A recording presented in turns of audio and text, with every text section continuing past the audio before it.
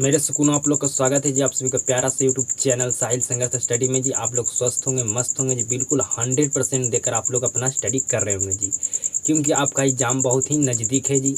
आपका एग्जाम का समय बहुत ही कम बचा हुआ है जी। तो अपना समय को बर्बाद नहीं कीजिएगा। आपको जो भी आपका समय बचा है उस समय को आप बिल्कुल बेहतर ढंग से आप उसको यूज कीजिए जी, जिसकी वजह से आपका एग्जाम का तैयारी बिल्कुल बेहतर ढंग से हो पाए। और जब आपका बोर्ड एग्जाम का तैयारी बिल्कुल बेहतर ढंग से आप कर पाइएगा तो आप बेहतर से बेहतर अंक भी लेकर आइएगा जी अपना बोर्ड एग्जाम में जी। ठीक है जी। तो आज के क्लास में आपका केमिस्ट्री का सेकंड नंबर चैप्टर आपका शुरू होने वाला है जी, जिसका नाम है अम्ल, भस्म तथा लवण जी। तो आपका ये जो चैप्टर है बिल्कुल शानदार चैप्टर है। बिल्कुल एकदम अच्छा लगेगा आपको पढ़ने में। एकदम बिल्कुल आपको 100% हर एक टॉपिक आपको समझ में आएगा जी इस चैप्टर का। और आपका एग्जाम में एक भी प्रश्न नहीं छूटेगा जी। अगर आप बिल्कुल 100% फोकस देकर अगर आप समझते हैं इस चैप्टर को तो बिल्कुल आपको 100% समझ में आएगा मेरे सुकून। तो समझिएगा बिल्कुल ध्यान से जी। बिल्कुल आपको ध्यान से क्लास को देखना होगा, तभी आप इस चैप्टर को समझ पाइएगा, हर एक टॉपिक को जी। बिल्कुल ध्यान से समझिएगा जी। तो आपका ये केमिस्ट्री का सेकंड चैप्टर है जी, जिसका नाम है अम्ल, भस्म तथा लवण। क्या नाम है जी? तो अम्ल, भस्म तथा लवण जी। अंग्रेजी में अम्ल को क्या कहते हैं जी? तो एसिड। क्या कहते हैं जी? एसिड। भस्म को कहते हैं बेस, तथा को कहते हैं एंड, और लवण को कहते हैं साल्ट। क्या कहते हैं जी? साल्ट। ठीक है। बिल्कुल आपको समझ में 100% आ चुका होगा जी। ठीक है। तो इस चैप्टर का जो आपका केमिस्ट्री का सेकंड नंबर चैप्टर है, जिसका नाम है जी अम्ल, भस्म तथा लवण, जिसको अंग्रेजी में कहते हैं एसिड, बेस एंड साल्ट। ठीक है जी। अब समझिएगा बिल्कुल ध्यान से जी। ये जो आपका चैप्टर है केमिस्ट्री का सेकंड नंबर चैप्टर, इसका एग्जाम में वेटेज क्या है जी? मतलब कितना नंबर का प्रश्न इस चैप्टर से बोर्ड एग्जाम में पूछा जाता है जी। तो बिल्कुल ध्यान से समझिएगा जी। Type question, question, question. ठीक है जी। बिल्कुल ध्यान से समझिएगा जी। बिल्कुल ध्यान से समझिएगा। तो यहाँ से आपका प्रश्न 3 टाइप से इस चैप्टर से पूछा जाएगा जी। आपका ऑब्जेक्टिव प्रश्न पूछा जाएगा जी। ऑब्जेक्टिव प्रश्न कम से कम आपको पूछा जाएगा यहाँ से 4 से 5 जी। आपका लघुत्तरीय प्रश्न मतलब शॉर्ट क्वेश्चन आपका 2 पूछा जाएगा जी, तो आपका 4 नंबर हो गया जी। और एक आपका पूछा जाएगा लॉन्ग क्वेश्चन मतलब दीर्घोत्तरीय प्रश्न जी, तो आपका हो गया 5 अंक यहाँ से जी। ठीक है। मतलब इस चैप्टर से आपका लगभग कितना नंबर का प्रश्न पूछा जाएगा जी? तो आपका 10 से लेकर 15 नंबर तक आपका बोर्ड एग्जाम में इस चैप्टर से प्रश्न पूछा जाता है जी। ठीक है। तो मतलब आपका 2%, 2 से 3% का ये आपका चैप्टर है जी केमिस्ट्री का जी। तो समझ सकते हैं कितना इम्पॉर्टेंट चैप्टर है आपको मार्क्स लाने के लिए जी। ठीक है। तो बिल्कुल ध्यान से समझिएगा जी। इस चैप्टर में जितना मैं आपको टॉपिक पढ़ाऊंगा, आपको प्रत्येक टॉपिक, हर एक टॉपिक समझ में आएगा जी। कोई भी आपको दिक्कत होने वाला नहीं है, अगर आप क्लास में शुरू से अंत तक बने रहते हैं तब जी। आपका ये चैप्टर ज़्यादा दिन चलने वाला नहीं है जी। आपका ये चैप्टर मैं कोशिश करूँगा कि 4 से 5 क्लास में समाप्त कर दूँ। ठीक है, क्योंकि आपका टाइम बहुत कम बचा हुआ है जी। तो आप बिल्कुल भली भांति समझ गए होंगे जी। आपका केमिस्ट्री का सेकेंड चैप्टर क्या है, उसका नाम है जी, उसको अंग्रेजी में क्या कहते हैं जी, और कितना अंक का आपका प्रश्न बोर्ड एग्जाम में पूछा जाता है जी। मतलब कितना नंबर हम ला सकते हैं अगर केमिस्ट्री का सेकंड नंबर चैप्टर पढ़ लेते हैं पूरे अच्छे तरीके से तब जी। ठीक है जी। तो आपको समझ में यहाँ तक आ चुका होगा जी। अब हम आगे समझने वाले हैं सबसे पहले अम्ल। ठीक है जी। अम्ल के बारे में समझने वाले हैं। तो मैं अगर लिख कर आपको समझाऊं तो आपका टॉपिक कम कवर होगा और आपका क्लास लंबा होगा जी। क्या कहा? मैंने कहा कि अगर मैं लिख कर बोर्ड तक पढ़ाऊँ तो आपका टॉपिक कम कवर होगा आपका क्लास लंबा होगा जी, और आपका आधा घंटा से ज़्यादा मैं क्लास देता नहीं हूँ जी। तो इसलिए हम बोर्ड पर लिख लूँगा, उसके बाद हमें समझाने में बिल्कुल आपको समझ में आएगा जी। ठीक है, और क्या होगा जी, आपका क्लास छोटा होगा या आधा घंटा का होगा, लेकिन आपका टॉपिक ज़्यादा से ज़्यादा हम कवर कर पाएंगे जी। ठीक है, आपका भी समय बचेगा, मेरा भी समय बचेगा जी, साथ में आपका सिलेबस भी समाप्त हो जाएगा जी। मतलब आपका हमको दोनों का क्या होने वाला जी, बहुत ज़्यादा फायदा होने वाला है जी। ठीक है, तो मैं लिखता हूँ बोर्ड पर। सबसे पहले हम पढ़ने वाले अम्ल के बारे में जी। ठीक है, कि अम्ल क्या है, अम्ल किसे कहते हैं। ठीक है, तो बिल्कुल सीधा तरीके से अगर आप क्लास में शुरू से अंत तक बने रहते हैं तो हर एक टॉपिक आपको समझ में आएगा इस चैप्टर को जी। तो सबसे पहले हम क्या करते हैं अब जितना टॉपिक हमें पढ़ाना है, जितना टॉपिक बोर्ड पर लिखा पाएगा उतना टॉपिक मैं लिखता हूँ और आपको समझाता हूँ, बिल्कुल बेहतर ढंग से आपको समझ में आएगा जी। अब मेरे सुकूनों बिल्कुल ध्यान से समझिएगा जी। अब हम चैप्टर के टॉपिक की ओर बढ़ रहे हैं जी। ठीक है, अब यहाँ से आपका चैप्टर का टॉपिक स्टार्ट होने वाला है जी। तो हर एक टॉपिक को आप समझने का 100% प्रयास कीजिएगा। मैं 100% समझाने का आपको प्रयास करूँगा जी। तो बिल्कुल ध्यान से जितना मैं टॉपिक चर्चा करूँगा बिल्कुल आपको एक्सप्लेन करके बिल्कुल बेहतर ढंग से समझाने का प्रयास करूँगा जी। तो बिल्कुल सीधा तरीके से आप पेन और कॉपी लेकर बैठ जाइए और जितना मैं आपको टॉपिक समझाऊंगा आज की क्लास में सारे टॉपिक को आप नोट करते चलिएगा जी। बिल्कुल ध्यान से समझिएगा जी। सबसे पहले हम समझने वाले हैं अम्ल के बारे में जी। ठीक है जी, अम्ल को अंग्रेजी में कहते हैं एसिड। अगर अम्ल को कहा जाए कि उर्दू भाषा में क्या कहते हैं जी, तो उर्दू भाषा में कहते हैं तेजाब। क्या कहते हैं जी, तेजाब। ठीक है, तो बिल्कुल ध्यान से समझिएगा जी। ठीक है, अम्ल क्या है, जो स्वाद में खट्टा उसे अम्ल कहते हैं, जो जल में घुल कर H+ आयन दे उसे अम्ल कहते हैं जी। तब भली भांति समझ गए होंगे कि अम्ल किसे कहते हैं। तो अम्ल किसे कहते हैं जी, जो स्वाद में खट्टा हो उसे अम्ल कहते हैं, या कह सकते हैं जो जल में घुल कर H+ आयन दे उसे हम क्या कहते हैं जी, अम्ल कहते हैं। तो अम्ल किसे कहते हैं आप समझ गए होंगे। ठीक है जी, जो स्वाद में खट्टा हो उसे अम्ल कहते हैं। अब समझिएगा बिल्कुल ध्यान से जी अम्ल के बारे में। अम्ल स्वाद में कैसा होता है जी, तो खट्टा होता है। आपसे एग्जाम में प्रश्न बनता है जी, अम्ल स्वाद में कैसा होता है जी, खट्टा होता है। जो जल में घुल कर H+ आयन देता है जी, H+ आयन देता है जी। जो आपका आर्हेनियस वैज्ञानिक ने ये बताया था। ठीक है, कि जो अम्ल होता है जो जल में घुलकर H+ आयन देता है। ठीक है, नीले लिटमस पत्र को लाल कर देता है। अम्ल है जो नीले लिटमस पत्र को लाल कर देता है जी। ठीक है जी, अम्ल है जो नीले लिटमस पत्र को क्या कर देता है जी, लाल कर देता है। ठीक है जी, अगर आपसे पूछा जाए कि अम्ल का pH मान कितना होता है, तो 7 से कम होता है जी। ठीक है, और अम्ल कोई भी अम्ल हो, ठीक है, धातु के साथ अभिक्रिया करके हाइड्रोजन गैस छोड़ता है जी। कौन सा गैस छोड़ता है जी, हाइड्रोजन गैस। कोई भी अम्ल हो जब धातु के साथ अभिक्रिया करेगा तो हाइड्रोजन गैस छोड़ेगा जी। अब आगे समझिएगा जी बिल्कुल ध्यान से। अब भली भांति जानते हैं कि अम्ल का pH मान 7 से कम होता है जी। ठीक है, अब बिल्कुल ध्यान से समझिएगा जी। जिस तरह से बुखार को जांच करने के लिए आपका थर्मोमीटर होता है, उसी तरह से अम्ल को जांच करने के लिए एक आपका pH स्केल होता है जी। ठीक है, अगर आपसे पूछा जाए कि pH का फुल फॉर्म क्या होता है, तो पावर ऑफ हाइड्रोजन। बिल्कुल ध्यान से समझिएगा मेरे सुकून। अगर आपसे पूछा जाए कि pH का फुल फॉर्म क्या होता है, तो पावर ऑफ हाइड्रोजन। अगर आपसे सिर्फ पूछा जाएगा कि P का फुल फॉर्म क्या होता है जी, तो पोटेंज। क्या होता है जी, पोटेंज। सिर्फ आपसे पूछा जाए P का फुल फॉर्म बताओ क्या होता है, तो पोटेंज। ठीक है, अब आगे समझिएगा जी। क्या सभी पदार्थ में एक ही अम्ल होते हैं? बिल्कुल ध्यान से समझिएगा मेरे सुकून। अब जब हम आगे बढ़ रहे हैं जिससे आपका एग्जाम में प्रश्न पूछा जाता है जी, तो बिल्कुल ध्यान से समझिएगा। आपसे पूछें क्या सभी पदार्थ में एक ही अम्ल होते हैं या सभी पदार्थ में अलग अलग अम्ल होते हैं जी।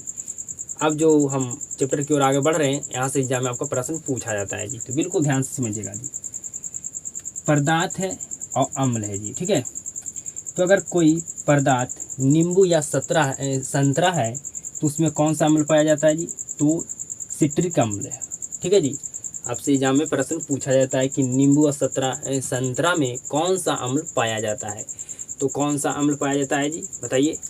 तो सिट्रिक अम्ल है। कौन सा अम्ल जी, सिट्रिक अम्ल। इमली में कौन सा अम्ल पाया जाता है जी, तो टार्टरिक अम्ल। कौन सा अम्ल जी, टार्टरिक अम्ल।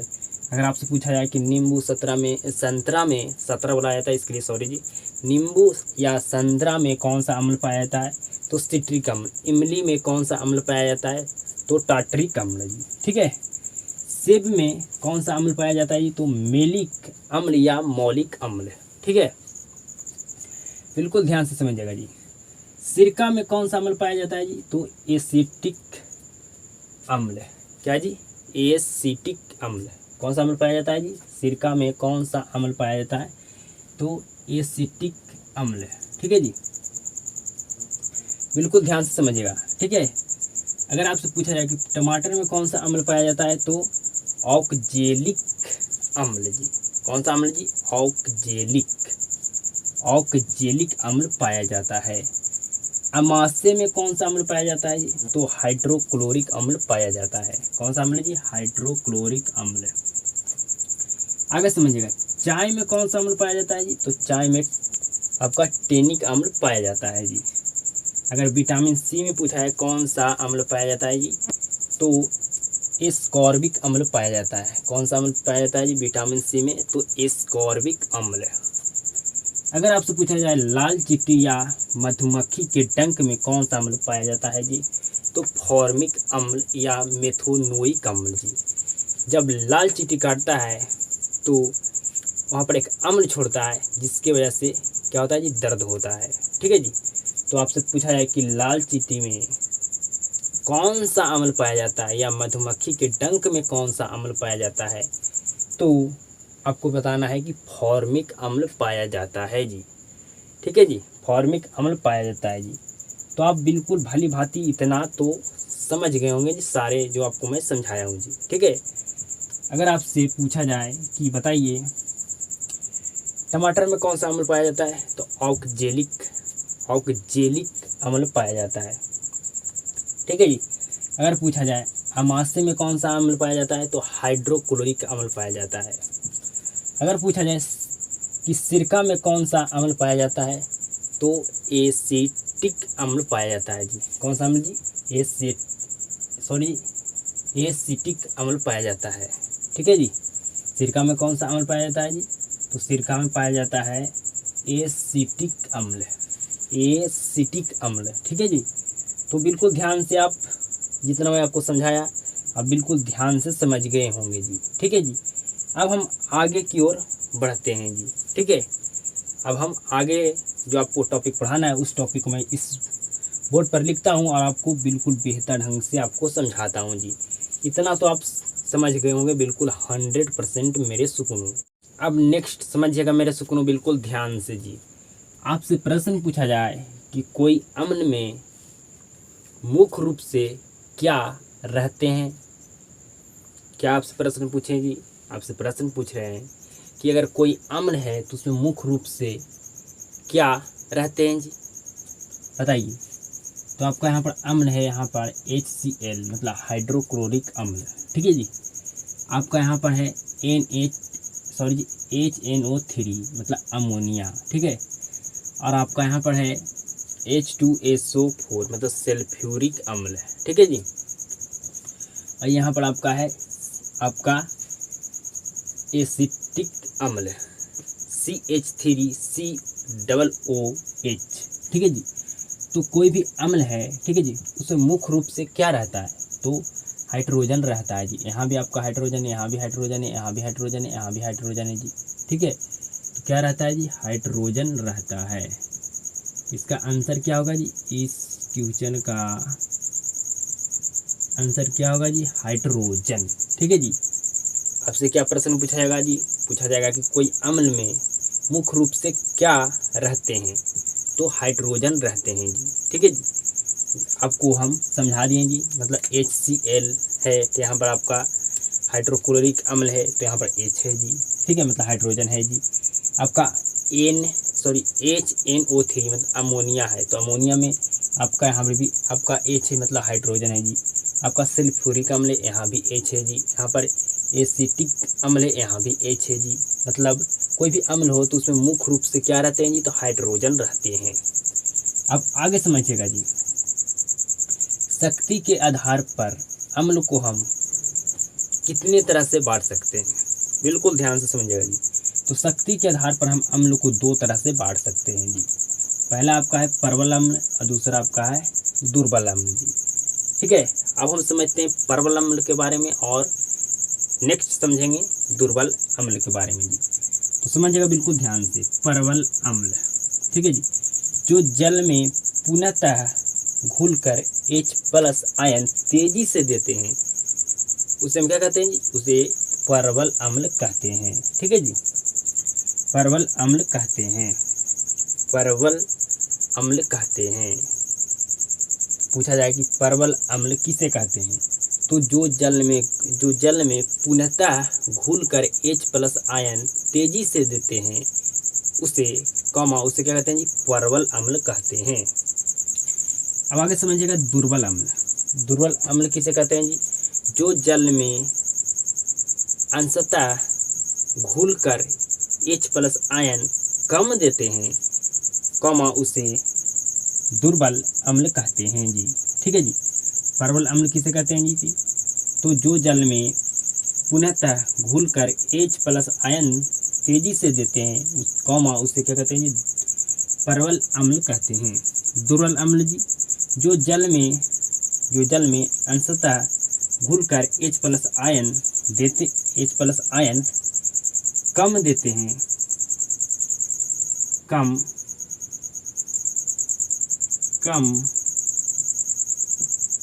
देते हैं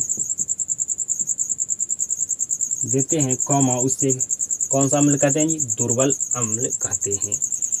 अगर आपसे इस तरह से प्रश्न पूछा जाए एग्जाम्पल देकर कि कौन सा प्रबल अम्ल है कौन सा दुर्बल अम्ल है जी, आपसे प्रश्न पूछा जाए निम्नलिखित में से कौन सा दुर्बल अम्ल है, निम्नलिखित में से कौन सा प्रबल अम्ल है, ठीक है जी, तो आपको याद रखना होगा जी एग्जाम्पल इसका, ठीक है जी, कौन सा प्रबल अम्ल है कौन सा आपका दुर्बल अम्ल है जी, तो आपको याद रखना होगा जी, ठीक है जी। जैसे में आपका ये प्रबल अम्ल का एग्जाम्पल है जी, HCl हाइड्रोक्लोरिक अम्ल, ठीक है जी। अगला आपका है NHO3 मतलब अमोनिया। अगला आपका है H2SO4 मतलब आपका सल्फ्यूरिक अम्ल, ठीक है जी, सल्फ्यूरिक अम्ल। ये तीनों जो आपका है ये आपका प्रबल अम्ल है जी। जब भी आपको ये तीनों में से कोई भी आपको देखने के लिए मिले तो समझिएगा वो आपका प्रबल अम्ल है जी, ठीक है। ये तीनों आपको मात्र याद रखना है जी, ठीक है। आपको कहा जाए निम्नलिखित में से कौन सा प्रबल अम्ल है, ये तीनों में से कोई भी आपको दिख जाए लगा दीजिएगा टिक। अब जैसे में आपका दुर्बल अम्ल का एग्जाम्पल है जी, CH3COOH मतलब आपका एसिटिक अम्ल, H2CO3H3BO3, ठीक है जी, ये किसका एग्जाम्पल है जी, तो आपका ये दुर्बल अम्ल का एग्जाम्पल है जी, ठीक है जी। अब मेरे सुकूनों आपसे एग्जाम में प्रश्न पूछा जाएगा कि कार्बन जो अम्ल को क्या बनाते हैं, कार्बन है जो अम्ल को क्या बनाते हैं जी, बताइए। तो जो कार्बन है जो अम्ल को क्या बनाते हैं, क्या आप इसका जवाब जानते हैं इस प्रश्न का जी, क्या ये जो क्वेश्चन है इसका आप आंसर जानते हैं जी, तो बिल्कुल ध्यान से समझिएगा, नहीं जानते हैं तो जी, ठीक है जी। यहाँ पर आपका कार्बन आपका स्वतंत्र नहीं है जी, यहाँ पर भी आपका कार्बन स्वतंत्र नहीं है जी, यहाँ पर भी आपका कार्बन स्वतंत्र नहीं है जी, ठीक है। यहाँ पर आपका कार्बन है जी, यहाँ पर आपका कार्बन है, यहाँ पर भी आपका कार्बन है जी, ठीक है। तो कार्बन अम्ल को क्या बनाते हैं जी, तो कार्बन जो है जो अम्ल को क्या बनाते हैं जी, तो दुर्बल अम्ल बनाते हैं। कौन सा अम्ल बनाते हैं जी, दुर्बल अम्ल बनाते हैं, ठीक है जी, दुर्बल अम्ल बनाते हैं, ठीक है। यहाँ पर आपका जो कार्बन था स्वतंत्र नहीं था जी, और यहाँ पर भी आपका कार्बन स्वतंत्र नहीं था जी, यहाँ पर भी आपका कार्बन स्वतंत्र नहीं था जी। लेकिन यहाँ पर कार्बन है, यहाँ पर भी कार्बन है, यहाँ पर भी आपका क्या है जी, कार्बन है। तो आपका कार्बन है जी, इसीलिए आपका जो कार्बन है जो अम्ल को क्या बनाते हैं जी, दुर्बल अम्ल बनाते हैं जी। तो जितना मैं आपको बोर्ड पर लिखा हुआ आपको दिखाई दे रहा है, क्या इसको समझने में आपको दिक्कत है जी? अगर दिक्कत है तो कमेंट कीजिएगा।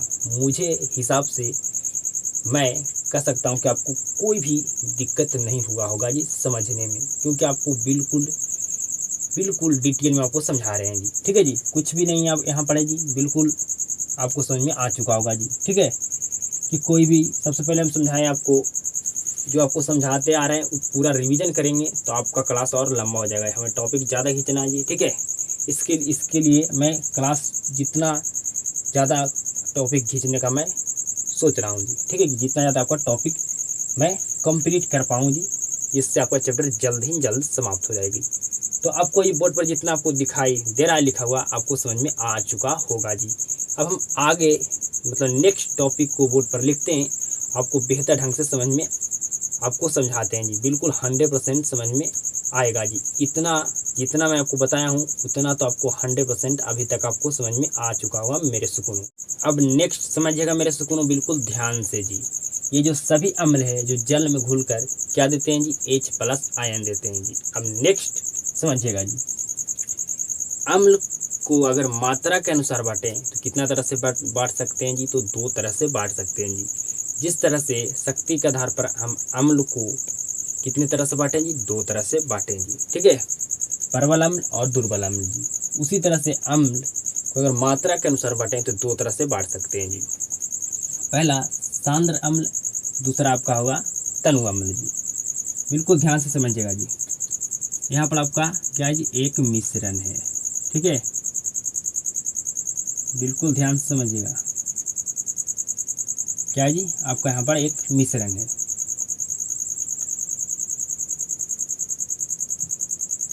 यहाँ पर क्या है जी, आपका एक मिश्रण है जिसमें क्या है जी, बिल्कुल ध्यान से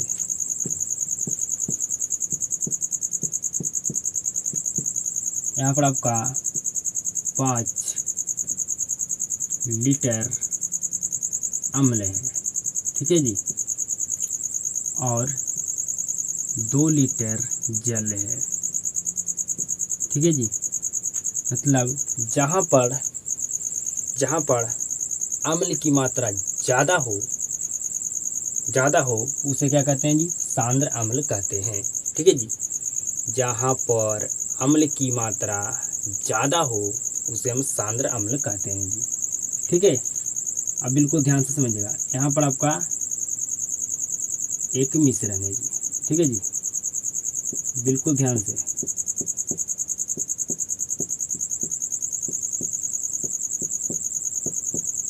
यहाँ पर आपका 5 लीटर क्या है जी, जल है, और 2 लीटर अम्ल है जी। ठीक है जी, मतलब जहाँ पर अम्ल की मात्रा कम हो उसे क्या कहते हैं जी, तो तनु अम्ल जी। सांद्र मतलब बहुत गाढ़ा। ठीक है, तनु मतलब बहुत पतला जी। ठीक है, तो अगर आपसे पूछा जाए कि सांद्र अम्ल किसे कहते हैं तो आपको क्या बताना है जी, बताना है कि जहाँ पर अम्ल की मात्रा अधिक हो उसे हम सांद्र अम्ल कहते हैं। तनु अम्ल किसे कहते हैं जी, तो जहाँ पर अम्ल की मात्रा कम हो उसे हम क्या कहते हैं जी, उसे तनु अम्ल कहते हैं जी। ठीक है, तो आपको समझ में आ चुका होगा जी। अम्ल के बारे में जितना मुझे पढ़ाना था आपका समाप्त हो गया जी। अगर आपसे अम्ल से रिलेटेड एग्जाम में प्रश्न पूछा जाए तो आपसे छूटना नहीं चाहिए जी। अम्ल के बारे में जितना मुझे पढ़ाना था मैं पूरा पढ़ा चुका हूँ, A to Z जी, मैं कंप्लीट कर चुका हूँ। अब हम आगे का टॉपिक अगले क्लास में पढ़ने वाले हैं जी।